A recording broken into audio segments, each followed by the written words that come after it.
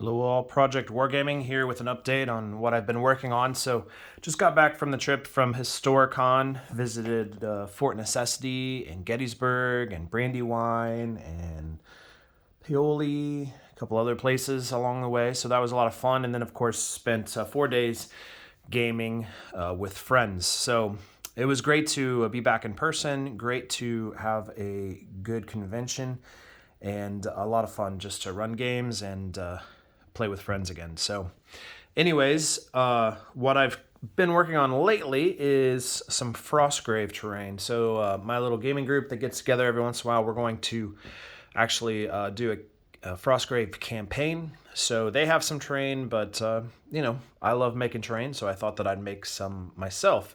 Having a 3D printer means that I don't have to make a lot of the terrain by scratch. Instead, I can work on printing off those pieces and then putting them together to make some interesting terrain tiles. So I am going to do a terrain tile kind of setup, and then the plan is to have kind of a stacking storage space so I can just slide them in, kind of like shelves, and go from there. So what you see before you is basically all the flat tiles that will be used for filling in spaces.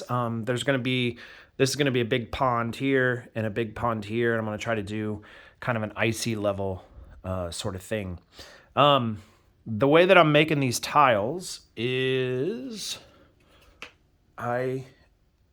doing it by cork. So I have a piece of MDF board on the bottom, a 1/2 inch piece of cork, and then a 1/4 inch piece of cork. And that allows me just to kind of carve down into that. Cork is very, very sturdy.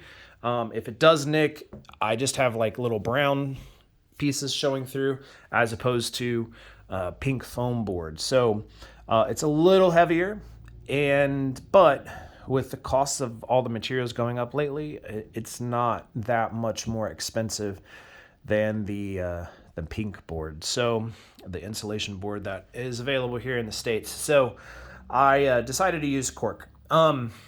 You can see that most of this stuff is just printed off here. So this is, I've also broken down the tiles into 8 or 6 inch increments. And so I have various sizes. So I have 18-inch board here, and you can see, obviously, this is going to be a port. And then over here, this is a 12-inch tile. So I have some of my cobblestones that I laid down, and then these are models that I printed off.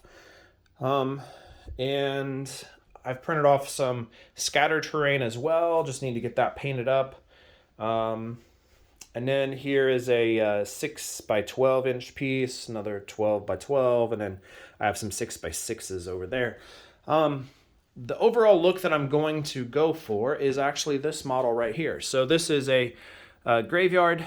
Everything's been 3D printed here, and then of course finished off with paint and all kinds of stuff. So I might do some videos. I think I'm going to call them terrain time-lapse videos, where I just sit down and just kind of go from start to finish on these boards. The only thing that is missing on this is the snow. So I got kind of the nice dead-looking grass and overall look of the piece, but I need to put some more snow in here.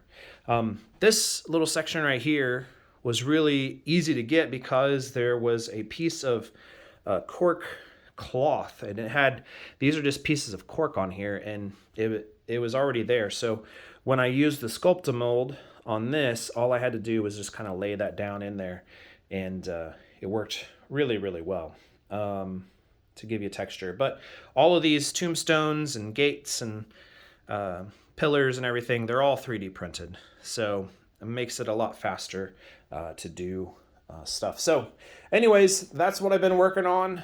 Excited to kind of get back into some serious terrain making, having lots of fun with this.